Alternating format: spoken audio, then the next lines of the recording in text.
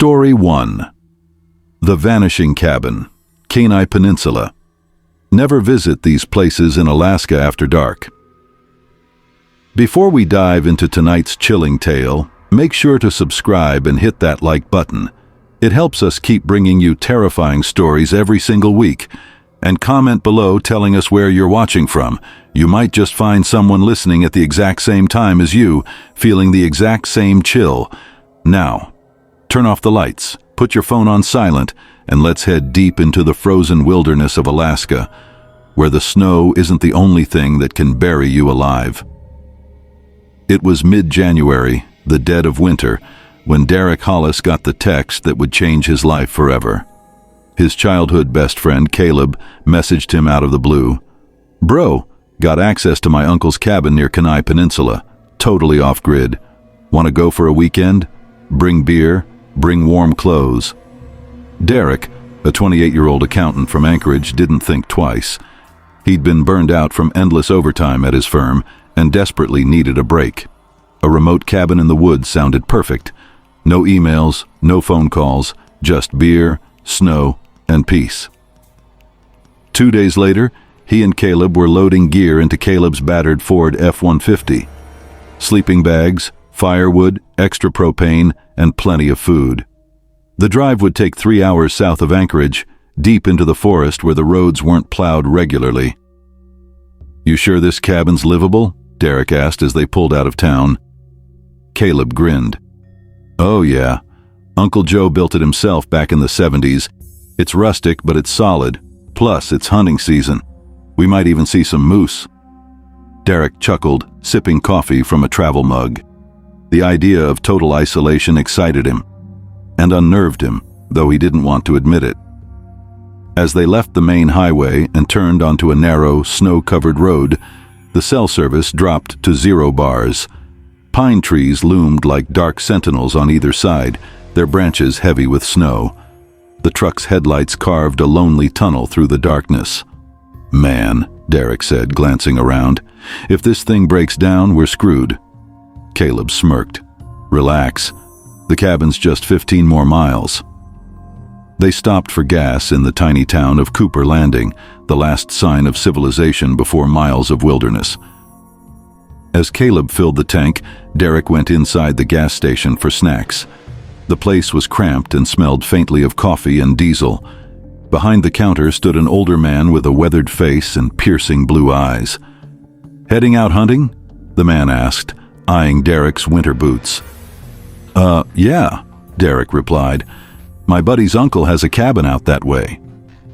The man's expression darkened. "Which cabin?" Derek hesitated. About 15 miles past here, near a frozen lake. Caleb said it's called Rock Pine." The man slammed a pack of gum onto the counter. "Rock Pine?" he repeated, his voice low. "You don't want to be out there, especially not after dark." Derek frowned. "Why?" The man leaned forward, lowering his voice. "People go missing in those woods. Hunters, campers, even search parties. Sometimes they vanish in the middle of the night. Other times we find their bodies, frozen solid, eyes wide open like they saw something they shouldn't have." Derek swallowed hard. What causes it?" The man's gaze didn't waver. "Forests don't like trespassers," he said cryptically. "Some places just don't belong to us anymore." Before Derek could respond, Caleb burst through the door, laughing. "Dude, come on, we're burning daylight." Derek tried to protest, but the old man grabbed his wrist. "Son," he said, deadly serious, "if you hear footsteps on the roof at night, don't open the door, and whatever you do, don't follow anyone into the trees." The final stretch of road was little more than 2 tire tracks carved into the snow. The truck fishtailed several times, forcing Caleb to grip the wheel tightly. Finally, they crested a hill. And there it was, the cabin. It was small but sturdy, nestled between towering pines. Smoke curled lazily from a metal chimney. A frozen lake shimmered behind it, glowing faintly under the pale winter moon. "Not bad, huh?" Caleb said proudly. Derek had to admit, it was beautiful, peaceful, almost too peaceful. They unloaded supplies and got a fire going in the stone fireplace. Inside, the cabin was simple: 2 bunk beds, a wood stove, a table covered in hunting magazines, a single oil lantern that flickered with a warm orange glow. By nightfall, they were settled in, sipping whiskey and playing cards. "This is the life," Caleb said with a grin. "No bosses, no bills, no—" A dull thud interrupted him. It came from the roof, slow, deliberate. Both men froze. "Probably snow falling," Caleb said quickly, though his smile faltered. Another thud, louder this time. Derek's heart pounded. That didn't sound like snow. Caleb grabbed a flashlight and threw on his coat. "I'll check it out." Derek's hand shot out, grabbing his arm. "No! The guy at the gas station, he said if we hear footsteps on the roof, don't open the door." Caleb rolled his eyes. "You actually believe that crap?" Before Derek could argue, Caleb yanked the door open and stepped into the freezing night. The beam of his flashlight cut across the snow. "Nothing up here," Caleb called from the porch. "See? Just—" His voice cut off abruptly. "Caleb!" Derek shouted, rushing to the door. The flashlight lay in the snow, its beam flickering. Caleb was gone. Panic surged through Derek. "Caleb, where are you?" The only answer was the whisper of the wind through the trees. Derek grabbed his own flashlight and sprinted outside. Footprints trailed away from the cabin. But they weren't Caleb's. They were bare footprints, human-shaped but strangely elongated, leading into the forest. Derek's breath caught. "Caleb," he whispered, "what the hell did you get into?" He followed the prints cautiously, his light sweeping through the darkness. The forest seemed to close in around him, the trees leaning at unnatural angles. The snow muffled his footsteps, making every crack of a branch sound deafening. After several minutes, Derek spotted movement ahead. A figure stood between 2 trees, back turned, completely still. "Caleb!" Derek shouted, relief flooding him. "Man, don't scare me like that!" The figure didn't move. Derek approached slowly, his flashlight trembling. "Hey, let's get back to the cabin, okay? This isn't funny." The figure turned. It wasn't Caleb. Its face was pale and featureless, except for a wide, gaping mouth that stretched impossibly far. It let out a piercing screech, so loud Derek dropped the flashlight and stumbled back. When he looked up again, the thing was gone, and so were the footprints. Derek sprinted through the trees, heart pounding, until the cabin came back into view. But something was wrong. The lake was gone. The terrain was different. It was as if the entire cabin had been relocated. "No, no, no," Derek muttered, gasping for breath. This isn't possible." He burst inside, slamming the door and locking it. The lantern flickered violently, casting warped shadows across the walls. And then, the footsteps began again, slow, deliberate, right above him. Derek backed into a corner, shaking. The old man's warning echoed in his mind. "If you hear footsteps on the roof at night, don't open the door." The footsteps stopped. Silence. Then came a voice. Caleb's voice. Outside the door. "Derek, it's me. Open up, man. I'm freezing out here." Derek's hands trembled on the doorknob. "No," he whispered. "It's not you." The voice turned, pleading. "Please, man, let me in. It's so cold."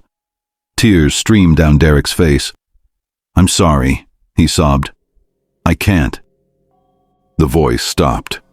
Moments later, screeching metal tore through the night. The entire cabin shifted, like it was being dragged across the snow by an unseen force. When Derek looked out the window, the trees outside were different again. The cabin wasn't where it had been. By dawn, Derek couldn't take it anymore. He burst out the door, sprinting blindly through the woods. He ran until his lungs burned, until his legs gave out. When he finally collapsed, he saw a search party. "Jesus Christ!" one rescuer shouted. "We found him!" Derek was carried to safety, half frozen and delirious. When he explained what happened, Authorities searched the area, but there was no cabin, no footprints, no Caleb, just endless, untouched snow. Months later, Derek returned to Cooper Landing, desperate for answers. He found the old gas station attendant and begged him to explain. The man sighed heavily. "Rock Pine isn't a place," he said. "It's a thing, a spirit. It lures people in with the promise of shelter. Then it takes them." Derek's hands shook. "It has, my friend." The old man's eyes were sad. "Son," he said, "it has a lot of people. If you ever find yourself hiking deep in Alaska's wilderness and stumble across a warm, inviting cabin, don't go inside, because some shelters aren't meant to save you. They're meant to trap you." Which brings us to our next terrifying tale. Story 2. The Whistling Ice, Barrow, Alaska. Now, picture this, an endless sheet of ice. The sun has been gone for weeks, swallowed by the Arctic winter. And somewhere beneath that frozen wasteland, something ancient is waiting.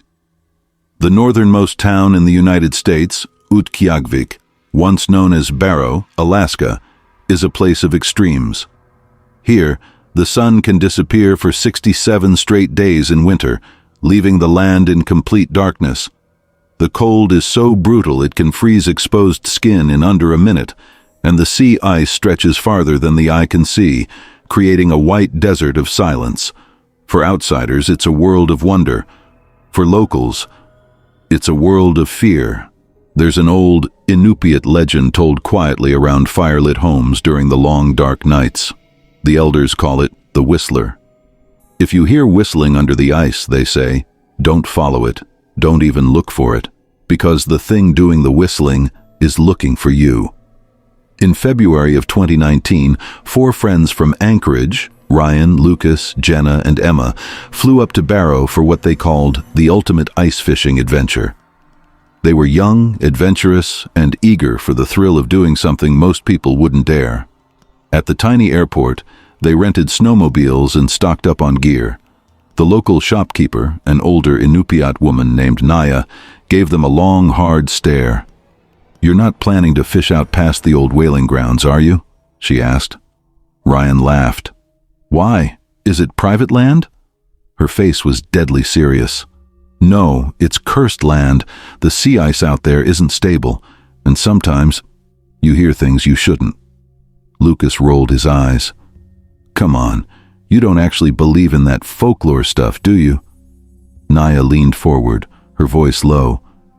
"People disappear out there, strong men, whole search parties. They hear a sound, like someone whistling under the ice, and they follow it. When we find them, if we find them, they're frozen stiff, with their mouths open like they were screaming." A chill ran through Jenna, but Ryan just grinned. "Don't worry, we'll be careful." As they turned to leave, Naya grabbed Jenna's hand and whispered, "If you hear it, run. Don't stop. Don't look back." The 4 friends set out the next morning, their snowmobiles cutting through the vast, white wilderness. The cold was bone deep, the kind that made your breath feel like shards of glass.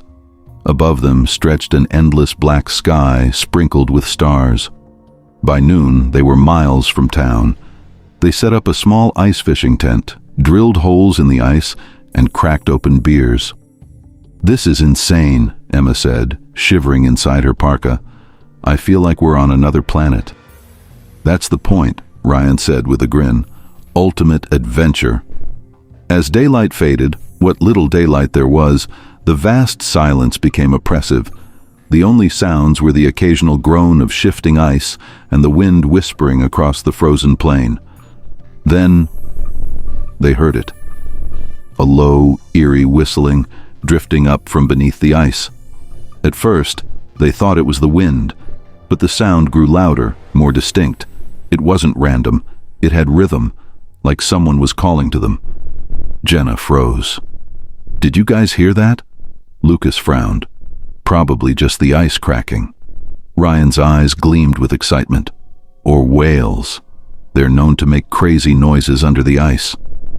But deep down, Jenna knew it wasn't whales. This sound was human, almost playful. The whistling continued as night fell. It seemed to circle their tent, moving beneath the ice like something alive. By 11 p.m., the temperature had dropped dangerously low. The friends huddled inside, too scared to sleep. Then they heard a voice, clear, beckoning. "Emma, come here." Emma shot up, wide-eyed. "That's my mom's voice." Jenna grabbed her arm. "No, it's not her. You heard what Naya said." But Emma was already unzipping the tent flap. She stepped barefoot onto the ice, moving as if in a trance. "Emma, stop!" Ryan shouted, scrambling after her. The whistling grew deafening, echoing under the ice like 1,000 flutes. Suddenly, the ice beneath Emma shattered. She vanished into the black water with a scream. Ryan dove toward the hole, but it sealed itself shut, smooth as glass, leaving no trace she'd ever been there. Jenna and Lucas screamed in horror. Ryan pounded on the ice, sobbing. "She's under there! We have to break it open!" But the whistling had stopped. Shaken and terrified, the 3 remaining friends packed their gear and prepared to leave. But when they tried to start their snowmobiles, the engines were frozen solid. "We'll have to walk," Lucas said, panicking. "It's only 10 miles back." 10 miles in this cold? We'll never make it," Jenna cried. The whistling began again, soft, mocking. Ryan spun in a circle, flashlight scanning the ice. Where is it coming from? Then he saw shapes moving beneath the ice, dark, elongated figures swimming in impossible patterns, dozens of them. "No, no, no, no," Ryan whispered. "What the hell is that?" The ice directly under Lucas cracked. A hand, pale and webbed, shot up and grabbed his leg. Lucas screamed as he was dragged downward, vanishing into the blackness. The crack sealed shut. The whistling turned into laughter. Jenna and Ryan fled across the ice, running blindly through the darkness. The whistling followed them, weaving through the night like a predator's call. Sometimes it sounded close, sometimes it seemed miles away, always behind them. Ryan stumbled and fell. "Leave me," he gasped. "Just keep going." But Jenna grabbed his arm and hauled him up. "No, we're getting out together." In the distance, they saw faint lights, the edge of town. Then the voice came again. This time, it was Ryan's father. "Ryan, come back. I'm here. I'm safe." Ryan's eyes glazed over. "Dad?"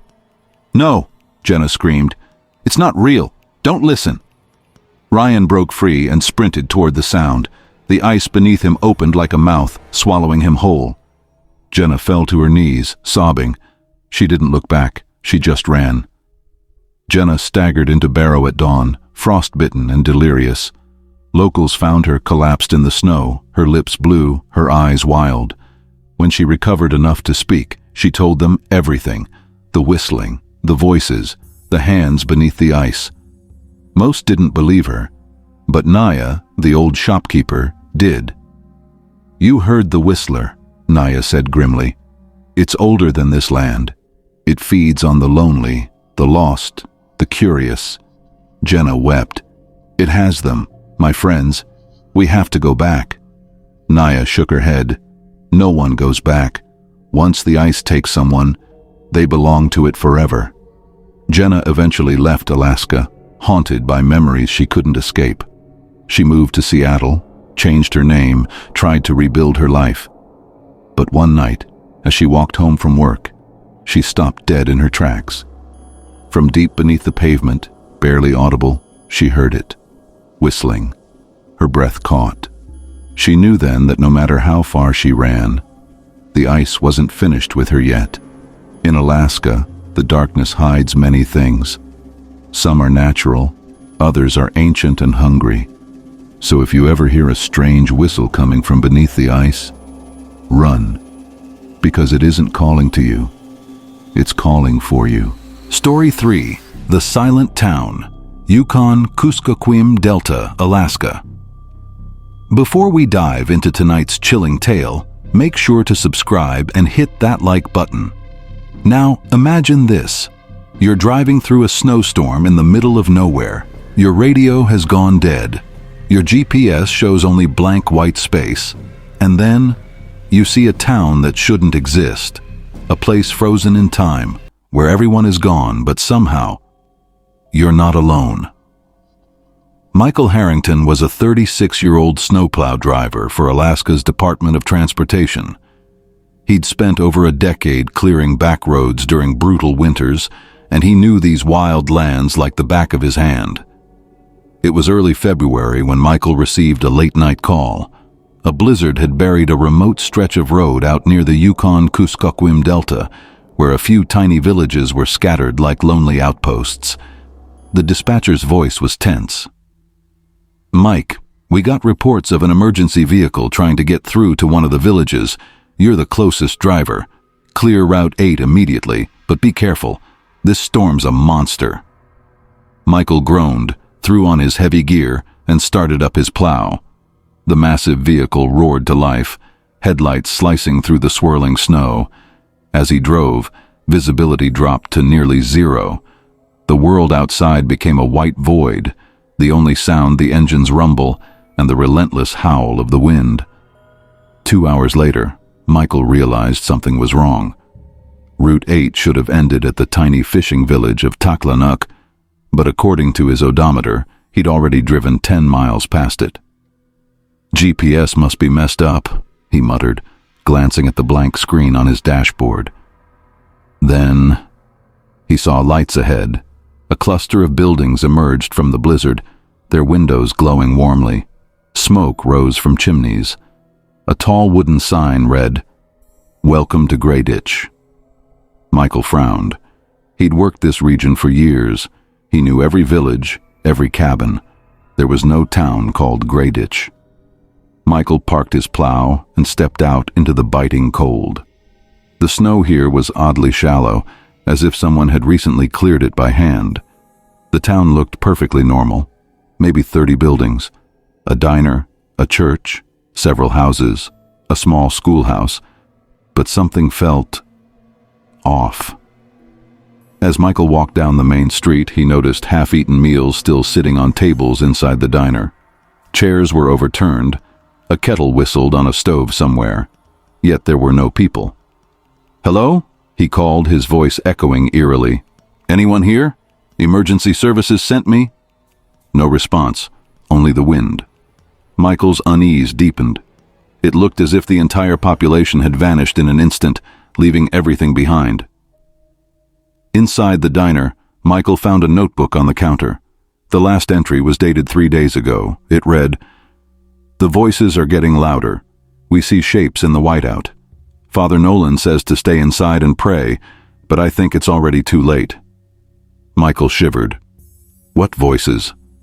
As he explored further, he noticed strange symbols carved into door frames and painted on walls. They looked almost like runes, crude, uneven, and unsettling. In the church, he found footprints leading to the back door. Bare footprints.